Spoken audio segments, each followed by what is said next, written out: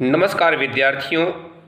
आज मैं आपको जो कविता पढ़ाने वाला हूँ उसका नाम है एक फूल की चाह। कविता का नाम क्या है बच्चों? एक फूल की चाह। इस कविता के कवि का नाम है सियाराम शरण गुप्त जी। सियाराम शरण गुप्त जी की बहुत ही अच्छी रचना आज हम आप लोगों के सामने पढ़ने वाले हैं। सियाराम शरण गुप्त का जन्म झांसी के निकट चिरगांव में सन 1895 में हुआ था। ये राष्ट्रकवि मैथिली शरण गुप्त के छोटे भाई थे।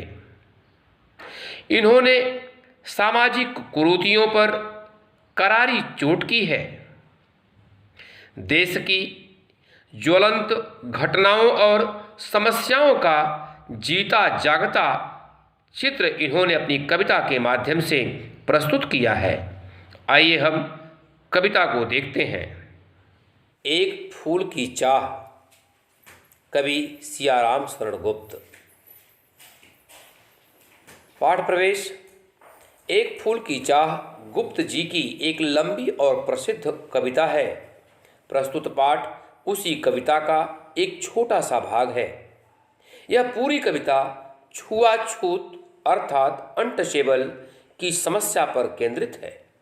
मरने के नज़दीक पहुंची एक अछूत कन्या, अछूत अर्थात अनटचेबल कन्या के मन में यह इच्छा जाग उठी कि काश देवी के चरणों में अर्पित किया हुआ एक फूल लाकर कोई उसे दे देता।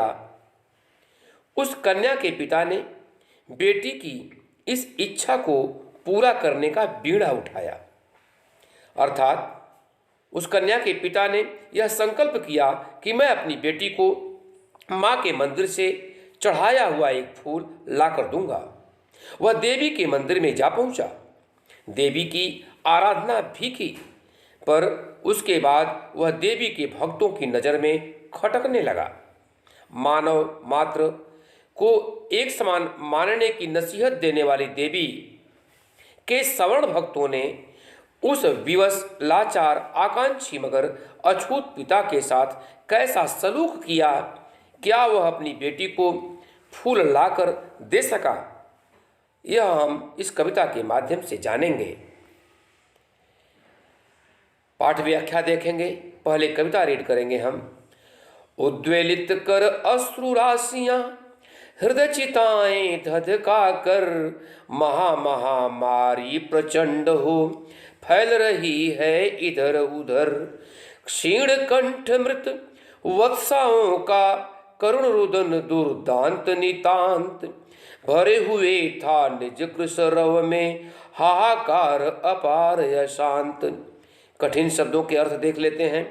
उद्वेलित का अर्थ है भाव विह्वल, अश्रु राशियां यानी आंसुओं की झड़ी, महामारी यानी बड़े स्तर पर फैलने वाली बीमारी, जैसे आप लोगों ने अभी कोरोना बीमारी को देखा ही, वैसे ही महामारी एक बीमारी है। प्रचंड, तीव्र, क्षीण, दबी आवाज या कमजोर आवाज। मृतवत्सा, जिस माँ की संतान मर गई हो। रुदन, रोना।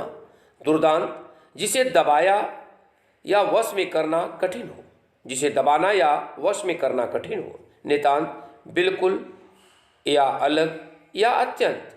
कृश, पतला या कमजोर। व्याख्या देख लेते हैं।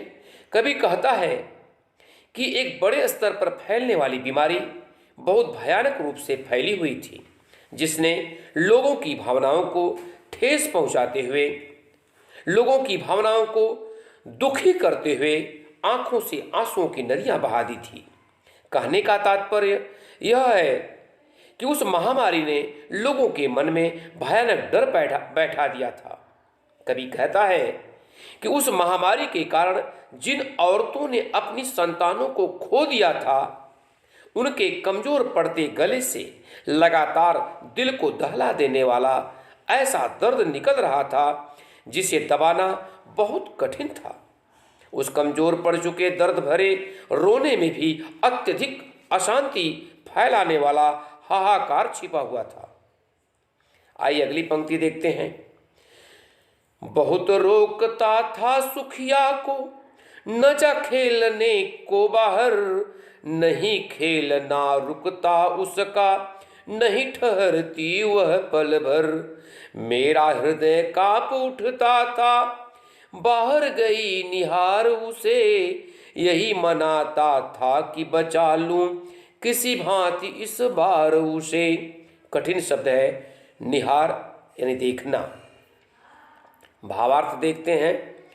कवि कहता है कि इस कविता का मुख्य पात्र अपनी बेटी, जिसका नाम सुखिया था, उसको बार बार बाहर जाने से रोकता था, क्योंकि बाहर महामारी फैली थी।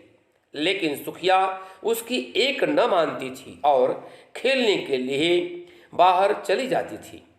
वह कहता है कि सुखिया का न तो खेलना रुकता था और न ही वह घर के अंदर टिकती थी। वह भी जब भी वह अपनी बेटी को बाहर जाते हुए देखता था तो उसका हृदय डर के मारे कांप उठता था। वह यही सोचता रहता था कि किसी तरह उसकी बेटी उस महामारी के प्रकोप से बच जाए, वह किसी तरह इस महामारी की चपेट में न आए। अगला पद देखते हैं बच्चों। ऊंचे शैल शिखर के ऊपर मंदिर था विस्तीर्ण विशाल, स्वर्ण कलश सरसिज बिहसित थे, पाकर समुदित रवि कर जाल। दीप धूप से आमोदित था मंदिर का आंगन सारा, गूंज रही थी भीतर बाहर मुखरित उत्सव की धारा। कठिन शब्दों के अर्थ देखते हैं। विस्तीर्ण मीन्स फैला हुआ, सरसिज मीन्स कमल, कमल अर्थात कमल का फूल, और रविकर जाल अर्थात सूर्य की किरणों का समूह, आमोदित आनंदपूर्ण। आइए व्याख्या देखते हैं। कभी मंदिर का वर्णन करता हुआ, कभी जिस मंदिर में फूल लेने गया था उस मंदिर का वर्णन करता हुआ कहता है कि पहाड़ की चोटी अर्थात पिक के ऊपर एक विशाल मंदिर था। उसके विशाल आंगन में कमल के फूल सूर्य की किरणों में इस तरह शोभा दे रहे थे जिस तरह सूर्य की किरणों में सोने के घड़े चमकते हैं। मंदिर का पूरा आंगन धूप और दीपकों की खुशबू से महक रहा था। मंदिर के अंदर और बाहर माहौल ऐसा लग रहा था जैसे वहां कोई उत्सव हो। अगला पद देखते हैं।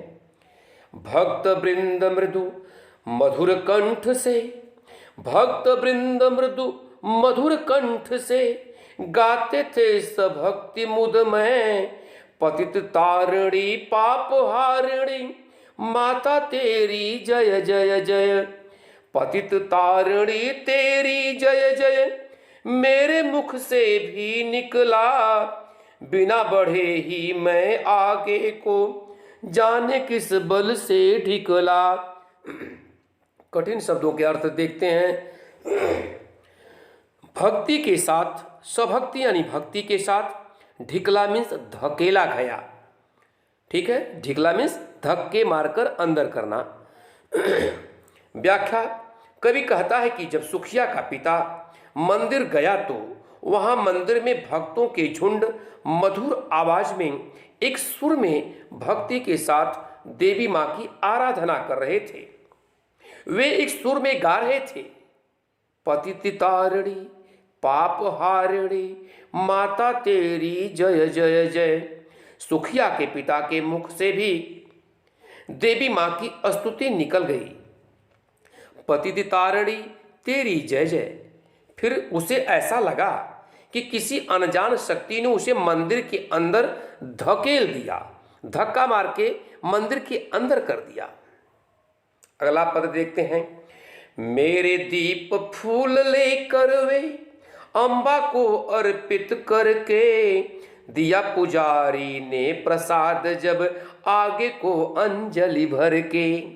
भूल गया उसका लेना झट परम लाभ सा पाकर मैं, सोचा बेटी को माँ के पुष्प पुण्य पुष्प दूं जाकर मैं।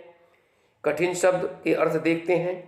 अंजलि यानी दोनों हाथों से, दोनों हाथों को जब आपस में मिला करके जो बनाते हैं ना, ऐसे करके गोल करके, उसे अंजलि कहते हैं। कवि आगे व्याख्या करता है। व्याख्या है, कवि कहता है कि पुजारी ने सुखिया के पिता के हाथों से दीप और फूल लिए और देवी की प्रतिमा को अर्थात देवी माँ की मूर्ति को अर्पित कर दिया। फिर जब पुजारी ने उसे दोनों हाथों से प्रसाद भर कर दिया तो एक पल को वह ठिठक सा गया। कौन ठिठक सा गया बच्चों? सुखिया का पिता। क्यों? क्योंकि सुखिया का पिता छोटी जाति का था और छोटी जाति के लोगों को मंदिर में आने नहीं दिया जाता था। सुखिया का पिता अपनी कल्पना में ही अपनी बेटी को देवी मां का प्रसाद दे रहा था। सिंहपौर तक भी आंगन से नहीं पहुंचने मैं पाया, सहसा यह सुन पड़ा कि कैसे यह अछूत भीतर आया। पकड़ो देखो भाग न जावे, बना धूर्त यह है कैसा, साफ स्वच्छ परिधान किए है भले मानुषों के जैसा। कठिन शब्द के अर्थ देखते हैं। सिंहपौर का अर्थ होता है बच्चों मंदिर का मुख्य द्वार। मंदिर के मेन डोर को हम सिंहपौर कहते हैं।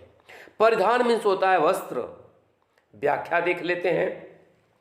कवि कहता है कि अभी सुखिया का पिता प्रसाद लेकर मंदिर के द्वार तक भी नहीं पहुंच पाया था कि अचानक किसी ने पीछे से आवाज लगाई, अरे यह अछूत मंदिर के भीतर कैसे आ गया, इसे पकड़ो कहीं यह भाग न जाए। किसी ने कहा कि इस चालाक नीच को तो देखो, कैसे साफ कपड़े पहने हैं ताकि कोई इसे पहचान न सके। कवि यहाँ यह दर्शाना चाहता है, अर्थात यह बताना चाहता है कि निम्न जाति वालों का मंदिर में जाना अच्छा नहीं माना जाता था। आगे पद को देखते हैं हम। पापी ने मंदिर में घुसकर किया अनर्थ बड़ा भारी, कलुषित कर दी है मंदिर की चिरकालिक सुचिता सारी।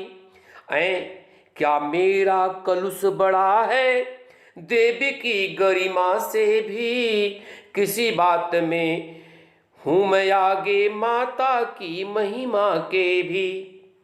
कठिन शब्दों के अर्थ देखते हैं। कलुषित मीन्स होता है अशुद्ध, चिरकालिक लंबे समय से, सुचिता मीन्स होता है बच्चों पवित्रता। व्याख्या देखते हैं। कवि कहता है कि किसी ने कहा कि मंदिर में आए हुए सभी भक्त सुखिया के पिता को पापी कह रहे थे। वे कह रहे थे कि सुखिया के पिता ने मंदिर में घुसकर बड़ा भारी अनर्थ कर दिया है और लंबे समय से बनी मंदिर की पवित्रता को अशुद्ध कर दिया है। इस पर सुखिया के पिता ने कहा, मंदिर के लोगों को जवाब दिया कि ऐसा कैसे हो सकता है कि माता की महिमा के आगे उसकी अशुद्धता अधिक भारी हो। सुखिया के पिता के कहने का तात्पर्य यह था बच्चों कि जब माता ने ही सभी मनुष्यों को बनाया, जब माता ने सभी मनुष्यों को बनाया है तो उसके मंदिर में आने से मंदिर अशुद्ध कैसे हो सकता है।